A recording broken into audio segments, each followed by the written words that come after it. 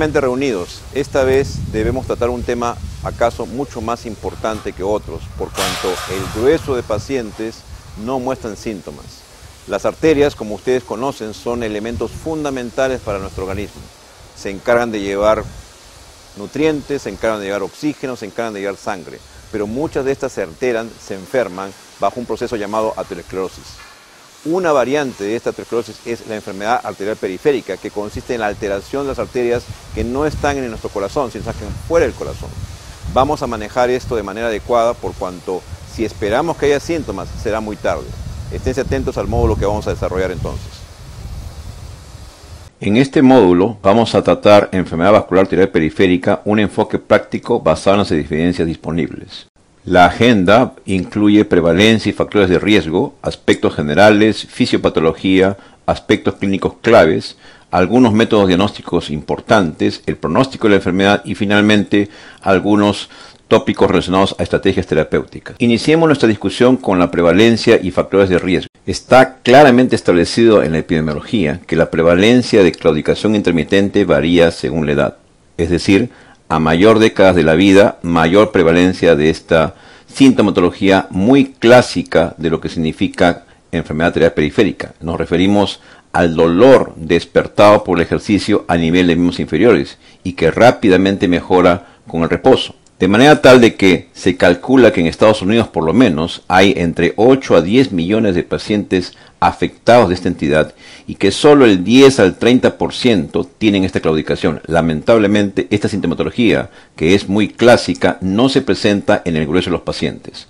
De manera de que la prevalencia calculada de claudicación en mayores de 40 años de edad está entre el 1 al 4.5%. La enfermedad arterial periférica del punto de vista fisiopatológico responde a una placa ateromatosa que va creciendo dentro del lumen y va obstruyendo la arteria. Por lo tanto, los factores que favorecen esta aterosclerosis también están involucrados en esta entidad. Resaltan definitivamente los fumadores, los diabéticos, hipertensos, hipercolesterolémicos. Y muy seguido a ellos también están los nefrópatas, resistencia a la insulina y todos aquellos que tengan algún grado de inflamación sistémica, como aquellos portadores de proteína C reactiva incrementada a nivel sanguíneo. Veamos ahora algunos aspectos generales. Del punto de vista conceptual, esta entidad llamada enfermedad arterial periférica no es sino una manifestación de aterosclerosis. Es decir, si uno documenta clínicamente que hay claudicación intermitente, no hay por qué dudar que la aterosclerosis está ya desarrollada y está galopante en nuestros pacientes. Se calcula que en gente por arriba de los 50 años están afectos, por lo menos en Estados Unidos, el 29%, que sería alrededor de 200 millones en el mundo que estuvieran aquejados de este problema. Lamentablemente, y ese es el reto que existe, es que el grueso de ellos son asintomáticos y subclínicos, y solamente el 10 al 30% presentan claudicación, que es el síntoma clásico. La mayoría de los pacientes afectados no solamente desarrollan dolor o sintomatología de claudicación intermitente, sino que están ligados a una reducción de la capacidad funcional y calidad de vida. Finalmente, un aspecto muy dramático es que es un predictor de eventos serios, incluyendo mortalidad, infarto de miocardio y enfermedad cerebrovascular. Y todo debido a que estamos hablando de una misma unidad, estamos hablando de aterosclerosis y que es una manifestación sencillamente clínica de lo que es aterosclerosis. Recordemos algunos conceptos fisiopatológicos. Como mencionábamos, este proceso es debido a un crecimiento intraluminal dentro de la arteria de una placa ateromatosa. Normalmente tenemos un flujo asegurado y por lo tanto tenemos nutrición en nuestros tejidos a través de nuestras arterias y que obtienen una cantidad de sangre mínima necesaria para que se mantenga todas las demandas y todos los procesos fisiológicos normales. Esto secundario también a una capacidad del vaso a que pueda dilatarse. Por lo tanto, hay dos afecciones claves en lo que significa esta enfermedad arterial periférica fisiopatológicamente. Por un lado, hay una obstrucción mecánica porque hay estenosis, hay obstrucción del lumen a través de las placas que van creciendo en forma concéntrica, y a su vez hay un grado de difusión endotelial en que el vaso deja de dilatarse fácilmente y todo lo contrario se contrae. Estos dos procesos implican una disminución del flujo y por lo tanto desarrollan menos perfusión, menos irrigación a nivel de tejidos importantes de nuestro organismo. Cabe resaltar que para que uno notablemente adquiera síntomas debemos estar ante una estenosis, o sea una obstrucción por arriba del 70 a 80%. Tengamos en cuenta ahora algunos aspectos clínicos claves para el diagnóstico. Desde el punto de vista práctico clínico, tenemos clasificaciones clásicas para ubicar a nuestros pacientes. Una cosa notable es el hecho de que los estadios 1 o estadios 0, según la clasificación que uno use, son aquellos pacientes que son asintomáticos. No muestran síntomas, pero sí hay alteraciones estructurales. Seguidamente hay un claro síntoma clásico que es la claudicación intermitente, es decir, aquel dolor que se despierta a nivel de miembros inferiores en la medida que uno haga ejercicios y que drásticamente mejora cuando uno sencillamente deja de hacer este ejercicio. Esta modalidad sintomática tiene subclasificaciones. De manera categórica, una claudicación moderada será aquella que se precipita con el hecho de transitar por lo menos 200 metros o 2 cuadras o por arriba de los 4 minutos, que notará un estadio 2A según la clasificación de Fontaine o de Rutherford grado 1, categoría 2. Sin embargo, esta claudicación puede empeorar y el paciente puede no sentir alivio, inclusive puede tener dolor con menos de 200 metros. Esto se clasificará como un 2B y que evidentemente significa mayor grado de enfermedad. Finalmente, el estadio 3, que es el más preocupante porque significa definitivamente mucho mayor obstrucción, significará dolor isquémico al reposo. El paciente ya no calma con reposar y sigue teniendo dolores muy intensos a nivel de miembros inferiores. La parte más dramática es aquella donde ya tenemos úlceras, es decir, tenemos cambios isquémicos groseros en donde es evidente que la circulación ha sido dañada severamente. Sin embargo, hay que tener mucha cautela porque no solamente la osteoesclerosis es la causa vascular por excelencia de estos dolores en miembros inferiores. También hay una serie de causas no relacionadas con osteoesclerosis tipo vasculitis, coartación de aorta y otras entidades congénitas, así como causas no vasculares. Por lo tanto, debemos hacer una historia clínica completa para acaso tener otra entidad en nuestro paciente y que pueda confundirnos como una enfermedad arterial periférica. Como quinto punto de agenda tenemos métodos diagnósticos. Evidentemente, lo dramático de esta enfermedad es los cambios isquémicos severos, con necrosis, con úlcera, con gangrena, y obviamente no tenemos ningún método que aplicar acá, sencillamente es observar a nuestros pacientes. Definitivamente no vamos a llegar al diagnóstico tan tardíamente con la observación de una gangrena, debemos acudir a métodos mucho más precoces. De estos, el más práctico, el más sencillo y no invasivo es una ecografía. El ecodoppler y el ecodoppler color nos ayudan a tener una sospecha de muy alta especificidad y sensibilidad de que hay alguna obstrucción en las arterias. Secuencialmente podríamos solicitar un angiograma tomográfico computado que nos da una visualización mucho más detallada de todo el árbol arterial. Y no hay duda de que la resonancia magnética con gadolinio tiene una resolución especialmente más atractiva para tener un dato específico de todo el árbol arterial. Todo ello con el hecho final, y el hecho final del punto de vista diagnóstico es proceder a una angiografía por sustracción digital. Este método es el de elección cuando queremos ya tener una conducta terapéutica quirúrgica. No hay duda que tenemos que estar familiarizados con un parámetro clínico llamado índice tobillo-brazo, obtenido a través de flujos a nivel de la arteria braquial y a nivel de la arteria tibial posterior o dorsalis pedis. Se establece una proporción entre ambos flujos y se obtiene un parámetro o un índice. Este índice tiene un valor normal, el rango normal aceptado desde 1.0 a 1.2, pudiendo ser aceptable hasta 0.90 a 0.99. Sin embargo, si obtuviéramos un parámetro o un cociente por debajo de 0.89, ya debemos tener la sospecha altísima de que existe algún grado de obstrucción, algún grado de enfermedad arterial periférica. A este nivel lo que se aconseja fundamentalmente es manejar todos los factores de riesgo.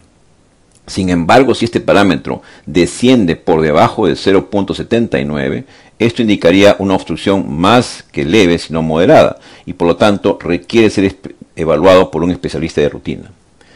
Un detalle que no debemos olvidar, que no solamente los parámetros inferiores son los que nos apuntan a enfermedad arterial periférica. Existe un valor como de mayor de 1.2 que también es anormal y que pudiera ser altamente sugerente de endurecimiento arterial, por lo tanto también requiere una referencia de rutina al especialista. Hablemos un poco sobre el pronóstico.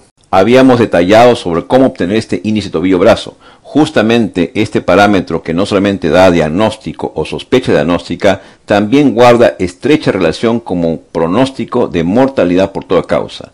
Existe un metaanálisis publicado en el JAMA del 2008 a través de 16 estudios tipo cohortes, donde claramente este índice por debajo del señalado, por debajo del 0.9, establece una correlación muy alta de alto riesgo de mortalidad por toda causa, siendo dramáticamente importante si obtenemos este parámetro por debajo de 0.60, en donde se cuadruplica el riesgo de mortalidad tanto en hombres como en mujeres. Si quisiéramos tener algunos datos claves con respecto al pronóstico, debemos señalar que el 25% de los pacientes con claudicación empeoran los síntomas hasta llevarlos a la postración. La progresión clínica hacia la isquemia crítica con los cambios tróficos ya anteriormente señalados puede ocurrir entre el 7 al 9% de los pacientes en el primer año, y que esta tasa de progresión puede ser del 2 al 3% anual. No hay duda que los factores independientes más resaltantes predictores de mal pronóstico son el hábito de fumar y diabetes mellitus. Y finalmente, el riesgo de amputación es 12 veces más alto en pacientes diabéticos. Finalmente, señalaremos algunas estrategias terapéuticas importantes. El primer tema que tenemos que ser enfáticos es el abandono del tabaco. Hemos señalado claramente que es un predictor de mortalidad, de progresión de la enfermedad y de deterioro progresivo del paciente. Si no se suspende el tabaco, mal haríamos en establecer cualquier otra estrategia terapéutica, porque es un paso indispensable. El segundo parámetro estratégico se refiere a la actividad física. El hecho de que estemos observando cierto deterioro obliga al paciente a hacer mayor actividad física en lo posible, con la intención de que pudiera formar más colaterales y por lo tanto atenuar los síntomas. Existe clara documentación sobre el beneficio del ejercicio en enfermedad arterial periférica. A través de programas supervisados de caminatas, incrementando estas distancias promedios, se puede esto obtener en un 50-200% de mayor beneficio. Y se recomienda por lo menos sesiones de 30 minutos, 3 veces por semana, por 6 meses, para lograr estos incrementos de lo que pueda significar la capacidad funcional del sujeto, que como decíamos puede duplicarse tranquilamente a través de un programa muy bien supervisado y muy bien llevado. Esto está sustentado en muchas evidencias, como se muestra en la lámina. Del punto de vista farmacológico, una terapia importante es la referida a estatinas como terapia hipolipemiante, ya que hemos destacado de que la placa ateromatosa es el sustrato de esta enfermedad arterial periférica. Evidentemente esa placa ateromatosa se alimenta de colesterol y por lo tanto tendría mucho que ver la terapia hipolipemiante al respecto. El beneficio de las estatinas en este grupo de pacientes no solamente se refiere a la reducción de colesterol, que evidentemente lo logran, sino que además se ha observado reducción de la mortalidad. Esto está muy sólidamente demostrado en el estudio HPS publicado en el Lancet del 2002, donde se demostró una reducción de riesgo relativo del orden del 24% en todo lo que significó eventos de mortalidad cardiovascular. El cuarto tema importante estratégico es la terapia antiplaquetaria. Al respecto hay estudios acaso contradictorios, algunos metaanálisis a favor, otros en contra, pero en general se establece cierto beneficio de los antiplaquetarios en enfermedad arterial periférica. La discusión central está en qué antiplaquetario. Probablemente para esta entidad, enfermedad arterial periférica, estemos hablando de clopidogrel como uno de los agentes antiplaquetarios que por excelencia ha demostrado reducción de riesgo relativo no solamente de sintomatología, sino de eventos serios como infarto, accidentes cerebrovasculares y muerte vascular. Debemos señalar también ahora una estrategia sintomática muy eficaz y muy importante, como es el uso de cilostazol. Cilostazol es un derivado de quinolinonona que inhibe la fosforilasa 3. Este agente finalmente logra inhibir la agregación plaquetaria y promueve vasodilatación arterial. Por ello es que se explicaría por qué es que hay una mejoría absoluta de la claudicación por distancia, es decir, el paciente siente mucho menos dolor y puede abarcar más distancias de caminatas, que pueden ser del orden del 40-50% más. De manera tal que hay estudios sólidos que responden a un incremento de la capacidad funcional en la medida que incrementemos la dosis, vale decir de 50 miligramos a 100 miligramos contra placebo, en donde claramente se ve un beneficio del punto de vista de distancias recorridas por el paciente. Ahora intentemos desarrollar un algoritmo de trabajo del punto de vista estratégico. Si tenemos un diagnóstico confirmado de enfermedad arterial periférica, una pieza clave es determinar la sintomatología secundaria a esta entidad. De manera tal de que si existe un paciente con enfermedad demostrada por un método auxiliar, pero no desarrolla mayor incapacidad funcional, no hay significativa sintomatología, este paciente probablemente no requiera terapia para la claudicación y lo único que importa acá es un seguimiento anual a través de síntomas y a través de algunos exámenes auxiliares. Todo lo contrario si es que hay síntomas, y en ese sentido hay dos grupos de pacientes: aquellos que tienen síntomas que limitan su estilo de vida y aquellos que limitan su estilo de vida pero con enfermedad evidente a través de otros métodos. En el primer caso, los pacientes pasarán a un programa de ejercicio supervisado y además podemos ensayar terapia farmacológica sintomática con el medicamento que habíamos señalado como cilostazol. Esto es reevaluado 3 meses después y se evalúa la eficacia de este tratamiento. Si la eficacia es óptima y se obtienen buenos resultados, el paciente seguirá en seguimiento. Si por el contrario la incapacidad es significativa y está en deterioro franco a pesar de la terapia médica, el paciente debe ser evaluado ya de manera mucho más agresiva para determinar la anatomía y acaso proponerle o plantearle una evaluación en caso que se requiera algún tipo quirúrgico o de tipo percutáneo.